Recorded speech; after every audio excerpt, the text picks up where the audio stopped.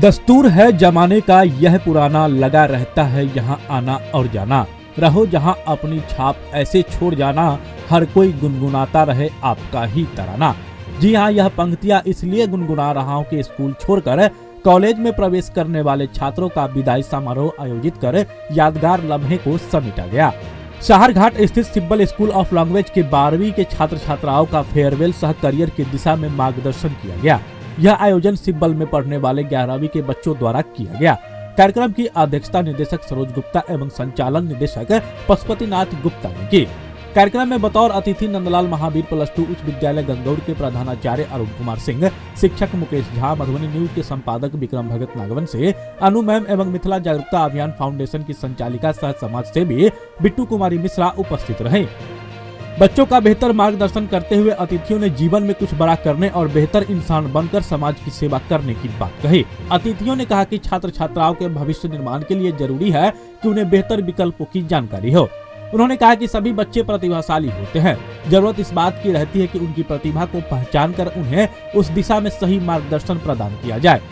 छात्र छात्राएं स्कूल और महाविद्यालय की शिक्षा को ग्रहण तो करते हैं, लेकिन उन्हें ये पता नहीं होता कि आगे चलकर उन्हें क्या बनना है। इसके लिए आवश्यक है कि पहले सभी छात्र छात्राओं को अपने लक्ष्य और उस लक्ष्य को प्राप्त करने के लिए क्या करना होता है इसकी जानकारी होनी चाहिए, और लक्ष्य साधकर सही दिशा में परिश्रम करते हैं तो निश्चित ही आप अपने मुकाम को हासिल करने में कामयाब होंगे। मौके पर सैकड़ों छात्र छात्राएं भी उपस्थित रहे। आप लोग केवल हमारे आसपास के लोग हैं, ग्रामीण संस्कृति के लोग हैं। यहाँ के लोग कोटा जाते हैं, दरभंगा जाते हैं, पटना जाते हैं, यही ज्ञान प्राप्त करने के लिए, जबकि यह बिहार की धरती है, हमारा वैसा धरती है जहाँ पर आर्यभट्ट हमारे गाँवों में बसते हैं, बरामीर हमारे गाँवों में बसते हैं, एक पर एक योद्धा चंद्रगुप्त बसते हैं। यदि आपके यहाँ, आपके इस धरती पर, यहाँ पर संस्कार बदलने में, ज्ञान और पावन धरती पर एक पर एक मेहनती, एक पर एक योग्य और एक पर एक संस्कारी और समाधान करने वाले, यदि आप लोग संकल्प कर लीजिएगा, हमें एक सेवा क्षेत्र को चुनना है, वो या तो इंजीनियरिंग हो या तो चिकित्सा क्षेत्र हो, बिजनेस माइंडेड नहीं चाहिए। बिजनेस कब होता है, कॉमर्शियल कब होता है, जब आपके भीतर में ये एहसास होने लगता है, फीलिंग होने लगता है कि नहीं, हम वस्तुओं को शिक्षा से हटकर और शिक्षा की ओर जाते हैं और किसी को दुकान समझकर उसको बेचते हैं। लेकिन यदि आपको सपोर्ट मिल रहा है, यहाँ पर आप जो देख रहे हैं, सिब्बल देख रहे हैं, सच मायने में आप लोग, हम जब यहाँ पर आए तो कई लोगों से पूछे कि सिब्बल क्या होता है, लेकिन बहुत अनएजुकेटेड व्यक्ति सिब्बल का मतलब समझ नहीं पाए। बहुत बहुत धन्यवाद पशुपति सर। आज जो कार्यक्रम है, जिस कार्यक्रम में हम लोग उपस्थित हुए, ये कार्यक्रम विदाई नहीं है। यह कार्यक्रम इसलिए रखा गया है कि आप लोगों को प्रेरणा मिले। हम लोगों ने जीवन में कैसे आगे बढ़ा है वो आप लोगों को बताया, ताकि इससे आप लोग भी कुछ सीखें। सबसे पहले आप सभी को शुभकामनाएं, और मुझे उम्मीद है कि आगे चल के आप लोग भी एक समाज में बेहतर अपने आप को स्थापित कर पाएंगे। मेरा अंग्रेजी कमजोर है, फिर भी मैं पत्रकार हूँ, बहुत ज्यादा कमजोर है मेरा अंग्रेजी, लेकिन हिंदी ठीक ठाक है। इसका मतलब यह नहीं होता है कि सब्जेक्ट में अगर यह सब्जेक्ट कमजोर है तो हम कुछ नहीं कर सकते।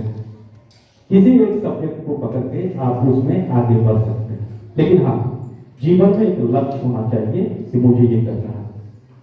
पहले मैं फिल्म लाइन में था, एक नशा थी कि मुझे भी एक्टर बनना है। मैंने बहुत कोशिश किया, मुंबई गया, बहुत धक्के खाए, लेकिन आज पत्रकार बन गया।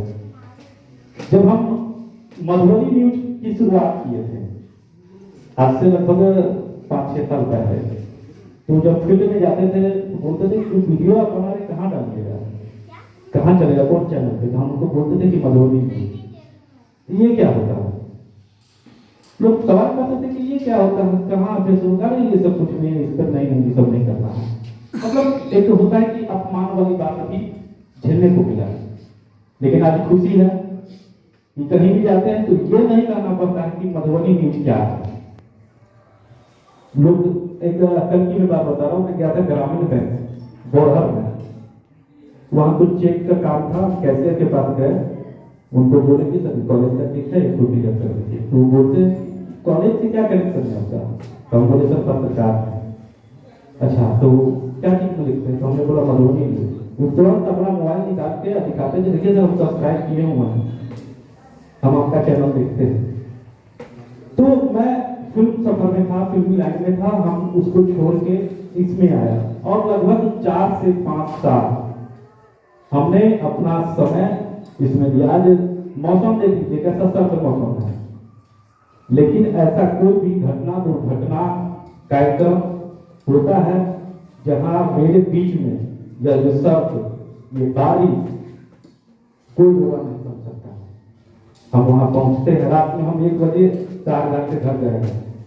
एक सड़क दुर्घटना हो गई थी, उसमें एक व्यक्ति की मौत हुआ था और थाने में बहुत सारी बात चल रही थी। वहां हम 1 बजे रात में घर गए, 1 बजे 2 बजे। सारगढ़ में डकैती हुआ था, आप लोग को पता होगा। जिस टाइम डकैती हो रही थी मैं घटना पर था, हम सो रहे थे, फोन आया, सीधा हम वहां से घर से निकल गए और वहां पर पहुंचे। और वहां जब लोग सुबह उठे तो उनको पता चला कि सारगढ़ में डकैती हुआ, हमने खबर चलाया। तो अपने काम के प्रति, कहने का मतलब यह है कि अपने काम के प्रति समर्पित रहना है कि मुझे जीवन में कुछ बनना है, मुझे करना है, तो सोच लेने से नहीं होता है। इसके लिए संघर्ष करना पड़ता है, झेलना पड़ता है। वो तो होगा, आपको अपमानित भी किया जाएगा। हमारे साथ हुआ, बहुत जगह हम अपमानित हुए हैं। तो हो सकता है कि आपको अपमानित होना होगा। जैसे एफएम में हम जो काम किए, जो बोलना या जो आवाज मेरा बना है, ये हमें एफएम से सीखे हैं। साइकिल से हम गए थे एफएम ज्वाइन करने की मन था कि हम भी आगे बढ़े। वहां गए, वहां मेरा वॉइस टेस्ट लिया, सारा कुछ लिया और लास्ट में कहता है कि क्या एफएम में करते हो, क्या आराम से दिल्ली मुंबई जाओ, वहां पे काम करना। गर्मी की मौसम थी, हम जलेश्वर से रोते हुए घर पहुंचे, खूब रोए रास्ते में, घर आते आते खूब रोए। लेकिन मैंने उस दिन जिद उठाना कि नहीं मुझे करना है। और फिर मैंने संघर्ष किया, लगभग 1 साल हमने मेहनत किया, मार्केटिंग ज्वाइन किया, मार्केट में गया, विज्ञापन लाके दिया और हमको रेडियो रुद्राक्ष में 2 कार्यक्रम मिला। एक मिला आंख संदेश और एक मिला आप और रेडियो रुद्राक्ष। तो फिर अपने आंख में प्रॉब्लम है,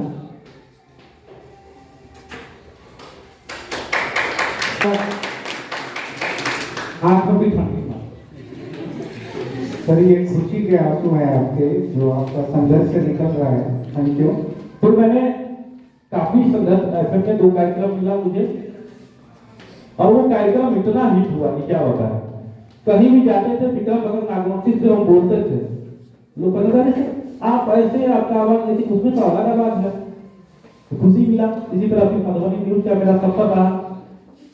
वैसे नहीं था, जब मैंने मधुबनी न्यूज का जो कार्यालय हमने खोला, लोग मोबाइल में भी आजकल चलाते, मोबाइल में एडिटिंग करते, लेकिन जो क्वालिटी मेरा होगा वो मोबाइल से नहीं होता। जो सिस्टम पे एडिट होता है उसका क्वालिटी मोबाइल का नहीं होता।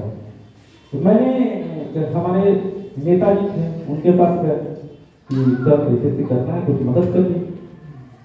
तो उन्होंने आश्वासन दे दिया कि आप करिए, हम करेंगे। हम गए, अपना सुधांशु जी हैं पढ़ाई वाले, उनसे उधारी लिए और शुरू किया। वो नेताजी क्या किए, मुकर गए थे कि नहीं पैसा वैसा नहीं मेरे पास, आप देख लीजिए। फिर हमने क्या करें, कैसे कैसे करके मधुबनी न्यूज को हम खड़ा किए वो हम जानते हैं। लेकिन वो संघर्ष, वो दौर, हिम्मत नहीं हारना है। कभी भी जीवन में हिम्मत नहीं हारना। जिस दिन आप हिम्मत हार, लगता है अभी भी कभी होता है कि बहुत ज्यादा टेंशन होता है, यार क्या करना, अब संभव नहीं। फिर सुबह उठते हैं, फिर वही जोश, उसी जोश के साथ करते ही करते हैं।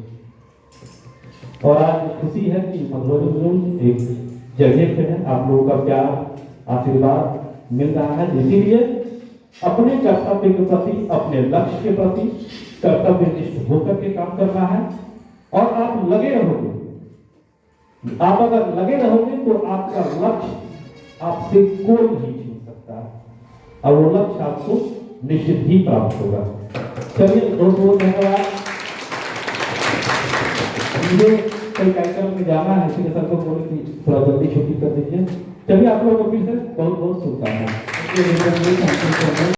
आप सभी लोगों को मेरा शादी प्रणाम, छोटे को ढेर सारा स्नेह आशीर्वाद, और यहाँ पर जितने भी गेस्ट आए हैं उन सभी को मैं प्रणाम करती हूँ। मेरा नाम बिट्टू मिश्रा है। सर ने परिचय दिया कि 5 साल पहले हम यहाँ आए थे और सिब्बल से जुड़े थे। बहुत अच्छा लगा था।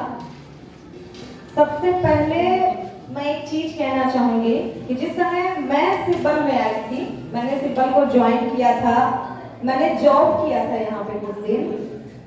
उस समय पशुपति सर यहाँ नहीं थे, सरोज सर थे। ये मुझे यहाँ लेके आए, बोले कि आपकी जरूरत है। मैं इनको मानती हूँ एक गार्जियन स्वरूप, मैंने यहाँ ज्वाइन किया।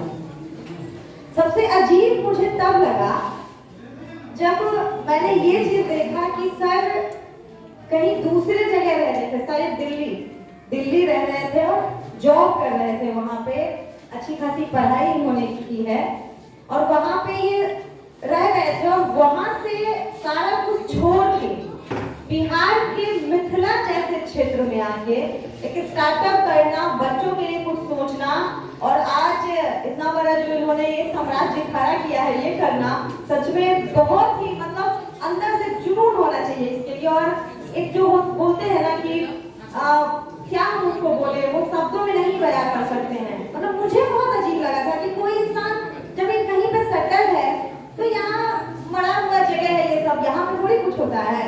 कोई यहाँ कोई स्टार्टअप करने से डरता है, तो यहाँ आके ये इतने एजुकेटेड लोग क्या करना चाहते हैं, मुझे उस टाइम नहीं समझ में आया था इतना। कुछ दिन तक मैं यहाँ पे रही, उसके बाद किसी कारणवश मैं यहाँ से चली गई। तो मैंने सोचा कि पता नहीं चलेगा या नहीं, क्या होगा नहीं होगा। लेकिन जब मैं आज आई हूँ और मैं लगातार इनको सोशल मीडिया पे देखती रहती हूँ, तो मैं सच में बता रही हूँ 5 साल के बाद मुझे अंदर से इतनी खुशी हो रही है और एक विश्वास भी हो रहा है कि अगर अंदर से जुनून हो तो हम कुछ भी कर सकते हैं और पशुपति सर को करके दिखाएं। तो वहां से यहाँ तक सिर्फ और सिर्फ आप लोगों के लिए आए, इसलिए आए कि मिथिला जैसे पिछड़े हुए क्षेत्र, ये सहारघाट जैसे क्षेत्र से बच्चों को हम बेहतर से बेहतर क्या दे सकते हैं, और उन्होंने दिया, वो करके दिखा रहे हैं। दूसरी बात मैंने भी अपने जीवन में बहुत संघर्ष किया है। 5 साल पहले यहाँ भी जुड़ी थी और 10 साल से लगातार मैं सामाजिक क्षेत्र में कार्य कर रही हूँ। और बहुत सारे लोगों के मन में ये होता है जब हम बचपन से पढ़ाई कर रहे होते हैं तो कि जनरल मतलब सामान्य रूप से एक जो सपना होता है वो होता है कि हमें डॉक्टर बनना है, इंजीनियर बनना है, टीचर बनना है, कुछ भी बनना है।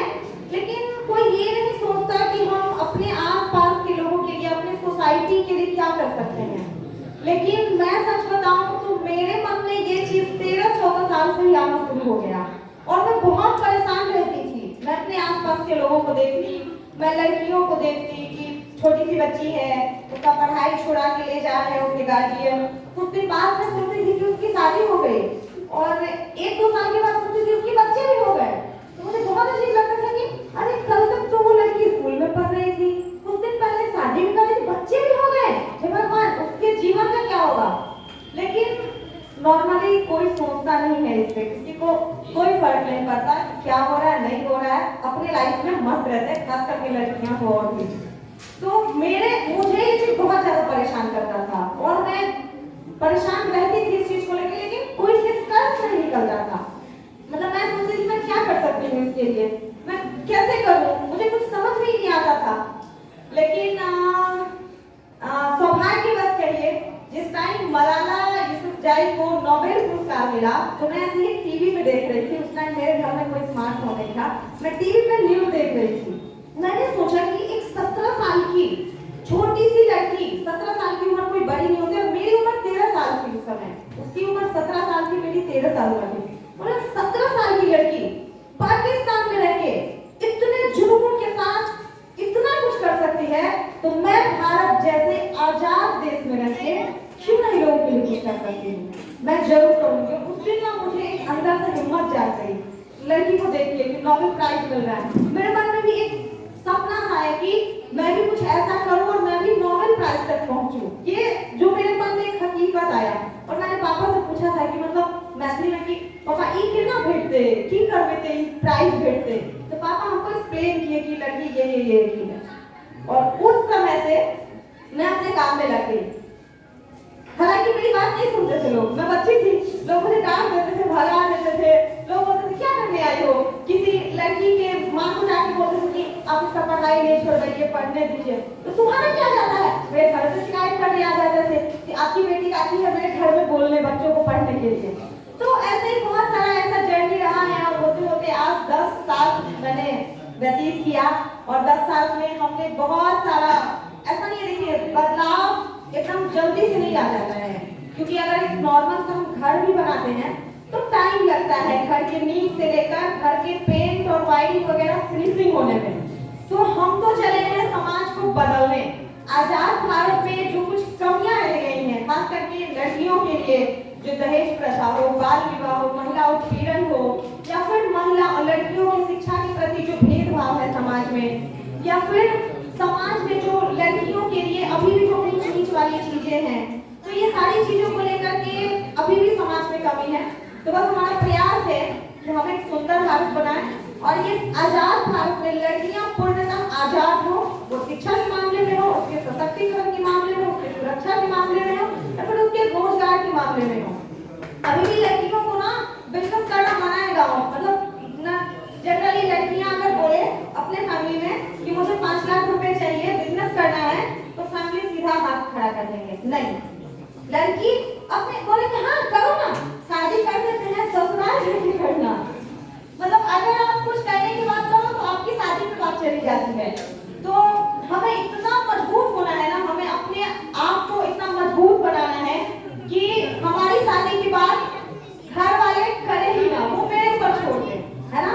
अभी मैंने मास्टर्स कंप्लीट कर लिया है, मेरे घर में कोई मेरी शादी की बात नहीं करता कि कोई नहीं, उसको जो करना है वो करेगी, वो कर रही है, बहुत अच्छा कर रही है।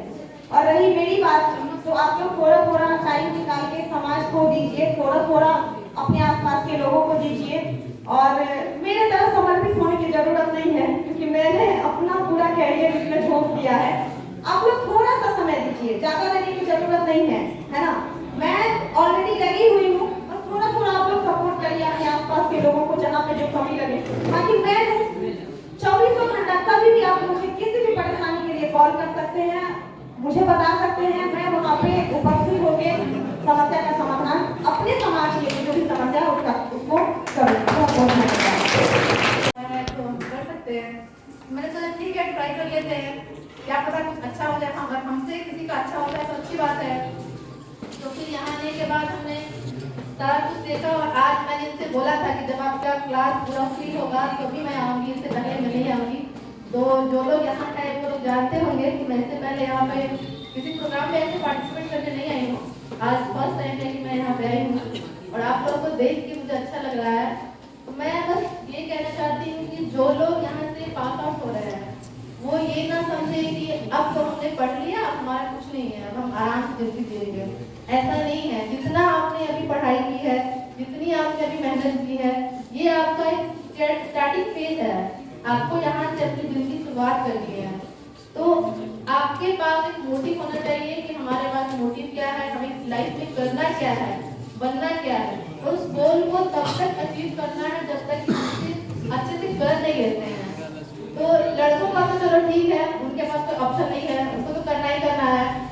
तो जनरली मैं लड़कियों को करना चाहती हूँ कि जिनके अभी जो 12th पास हो जाएगी, बहुत ही शादी हो जाएगी, तो कोशिश करें कि ना करें, अपने घर वालों को कन्विंस करें कि मैं कुछ लाइफ में कर सकती हूँ।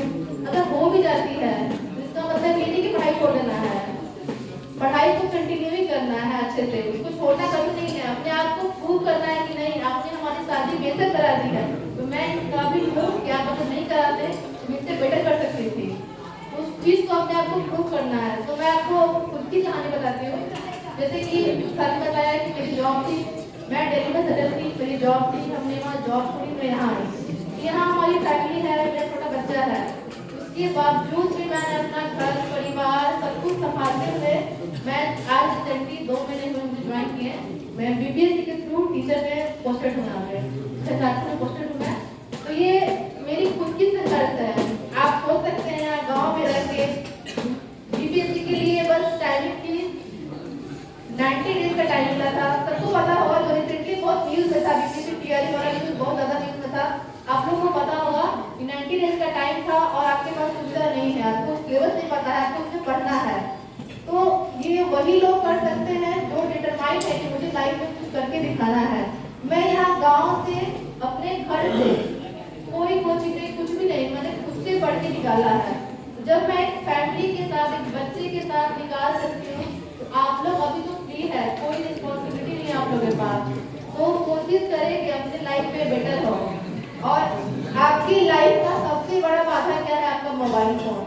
वो जितना सुविधाजनक है उतना असुविधाजनक भी है। अगर उस चीज को आप सही डायरेक्शन में इस्तेमाल करते हैं, वो आपका लाइफ बना देगा। मगर अगर आप उसका गलत इस्तेमाल करते हैं तो आपकी जिंदगी बर्बाद करने में ज्यादा दिन नहीं बचेंगे। तो बेहतर है जो टेक्नोलॉजी हमें मिल रही है, उस टेक्नोलॉजी का हमें अच्छे से इस्तेमाल करना है और अपने लाइफ में अपने गोल को अचीव करने में उसकी हेल्प लेनी है। तो सभी को मेरी तरफ से आपके आगे के फ्यूचर के लिए ऑल द बेस्ट। आप अपनी लाइफ में अच्छा करें और अगर कुछ अच्छा करते हैं अपनी लाइफ में, डॉक्टर इंजीनियर बनते हैं, तो अगर सिब्बल में बाद में कुछ मीट किया जाता है, मीट किया जाता है, तो बेशक मैं आप लोगों से फिर से मिलना चाहूँगी एक डॉक्टर और इंजीनियर के रूप में, जो भी आप करना चाहते हैं शुरू में। Thank you. हमारे आगंतुक आए हुए शिक्षागण एवं तमाम 11th-12th के स्टूडेंट का हार्दिक अभिनंदन है। सबसे पहले 12th वालों के जोरदार तालियों से और 11th वाले के भी जोरदार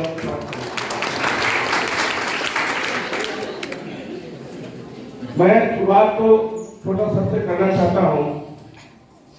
हम तो ज्यादा पढ़े लिखे नहीं हैं, लेकिन शिक्षा का सुधार घर में 5-5 ऑफिसर बना करने किया है। और सबसे पहले आपको आगे बढ़ने के लिए संकल्प लेना पड़ेगा।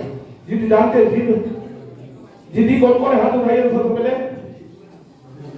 जिद्दी कौन कौन है? हाथ उठाइए। तो जिद्दी है, जिद्दी बनना पड़ेगा। जिद्दी किसको बोलते हैं कि बाबूजी मोबाइल को खरीदना है तो खरीदा के चाहते, खाना पीना रहेंगे, सब कुछ छोड़ देंगे। इसी तरह आपको डॉक्टर इंजीनियर बनने के लिए जिद्दी बनना पड़ेगा। जिद्दी जिसको संकल्प बोलते हैं, संकल्प ले लीजिए। संकल्प कहां से लेना है? पहला संकल्प आपको माता पिता के चरणों में मिलेगा। जब तक माता पिता का सम्मान नहीं करेंगे वो आशीर्वाद आपको नहीं मिलेगा। कितना ही पढ़ लिख लीजिए, माता पिता का आशीर्वाद आपके सर पे नहीं है तो 0% कुछ भी नहीं है, आप कुछ भी नहीं बन पाएंगे। ये बात सही है कि गलत है? कितना भी माता पिता की इज्जत करते हैं, हाथ उठाइए तो। चलिए, सबसे पहले पहला प्रणाम माता पिता कीजिए। माता पिता प्रणाम कर मुझसे आशीर्वाद लीजिए। आशीर्वाद लेकर के अपने लक्ष्य को बढ़ाइए। हमको डॉक्टर बनना है, इंजीनियर बनना है, इनको गोल बढ़ाइए लक्ष्य, और लक्ष्य के प्रति संकल्प हो जाइए। संकल्पित जब हो जाइए तो असंभव दुनिया में कुछ भी नहीं आपके लिए। ठीक है? संकल्प का कोई विकल्प नहीं है। जय हिंद, जय भारत, धन्यवाद। आप हमारे मधुबनी न्यूज को फेसबुक पे देख रहे हैं तो पेज को लाइक करें, यूट्यूब से देख रहे हैं तो हमारे चैनल को सब्सक्राइब करें और बेल आइकन को दबाना ना भूलें।